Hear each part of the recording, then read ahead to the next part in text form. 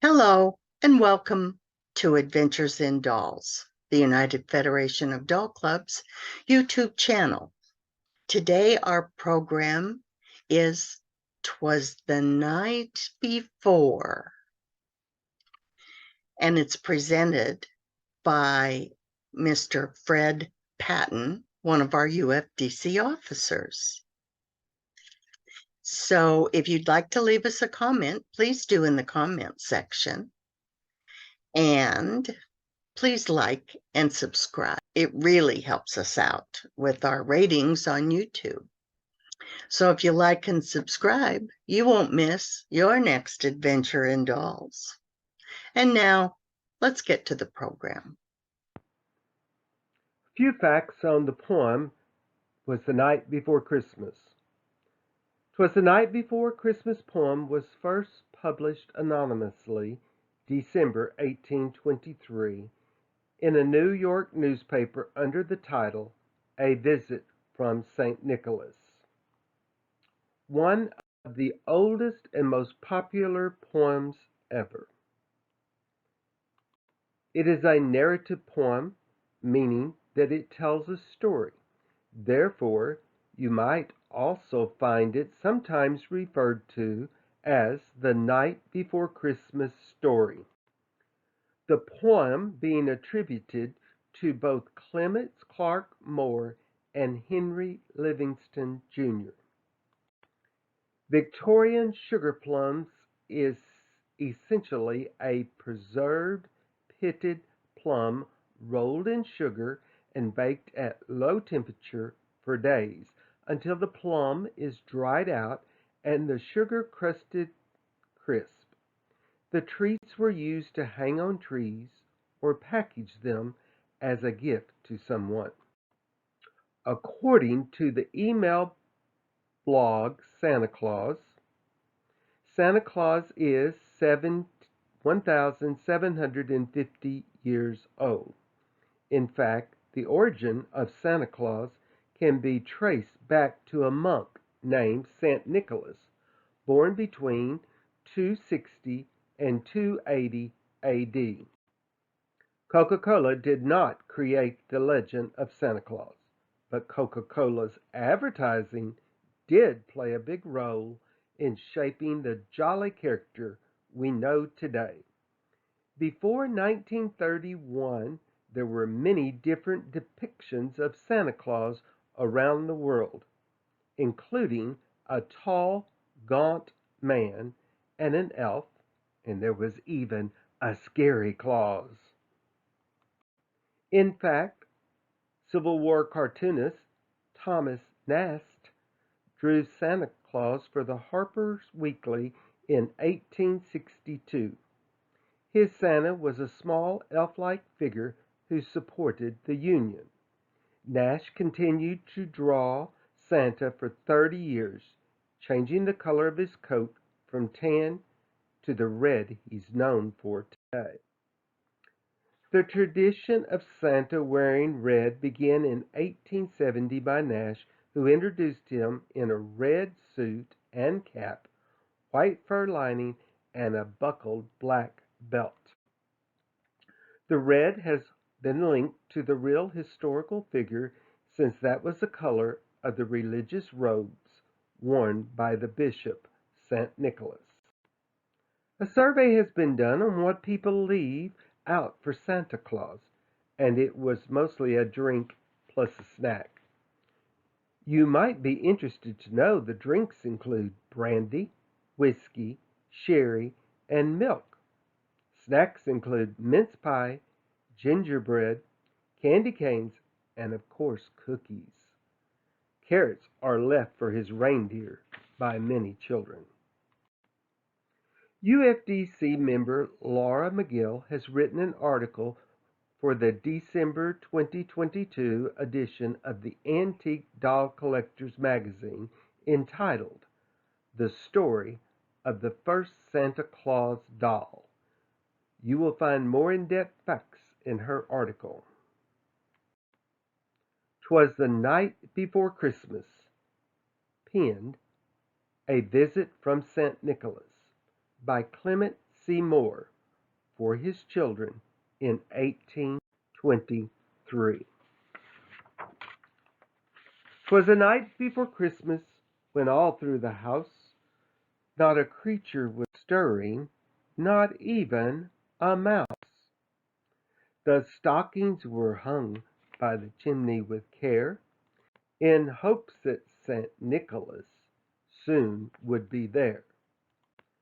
The children were nestled all snug in their beds, while visions of sugar plums danced in their head.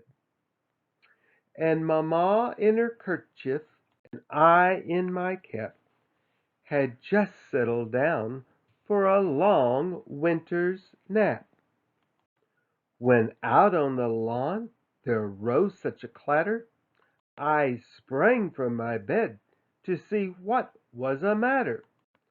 Away to the window I flew like a flash, tore open the shutters and threw up the sash. The moon on the breast of the new fallen snow gave the luster of midday to objects below, when what to my wondering eyes should appear but a miniature sleigh and a tiny reindeer, with a little old driver so lively and quick, I knew in a moment it must be Saint Nick. More rapid than eagles his courses they came, and he whistled and shouted, and he called them by name. Now Dasher, now Dancer, now Prancer and Vixen, on Comet, on Cupid, on Donner and Blitzen, to the top of the porch, to the top of the wall, now dash away, dash away, dash away all. As dry leaves that before the wild hurricane fly, when they meet with an obstacle mounted in the sky, so up to the housetop the courses they flew, with the sleigh full of toys and Saint Nicholas too. And then in a twinkle I heard on the roof the prancing and pawing of each little hoof. As I drew in my head and was turning around, down the chimney St. Nicholas came with a bound. He was dressed all in fur, from his head to his foot, and his clothes were all tarnished with ashes and soot. A bundle of toys he had flung on his back, and he looked like a peddler just opening his pack. His eyes, how they twinkled, his dimples, how merry. His cheeks were like roses, his nose like a cherry. His droll little mouth was drawn up like a bow, and the beard of his chin was as white as the snow. The stump of a pipe he held tight in his teeth, and the smoke, it encircled his head like a wreath. He had a broad face and a little round belly that shook when he laughed like a bowl full of jelly. He was chubby and plump, a right jolly old elf, and I laughed when I saw him in spite of myself. A wink of his eye and a twist of his head soon gave me to know I had nothing to dread. He spoke not a word, but went straight to his work, and filled all the stockings, then turned with a jerk, and laying his finger aside his nose, and giving a nod up the chimney he rose. He sprang to his sleigh, to his team gave a whistle, and away they all flew like the down of a thistle.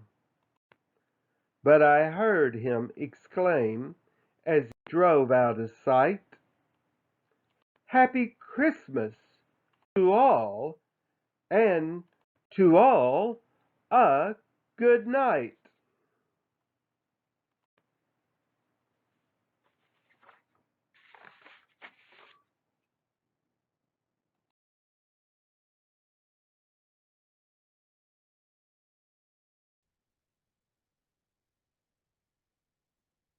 Hello, welcome back. We hope you enjoyed the program.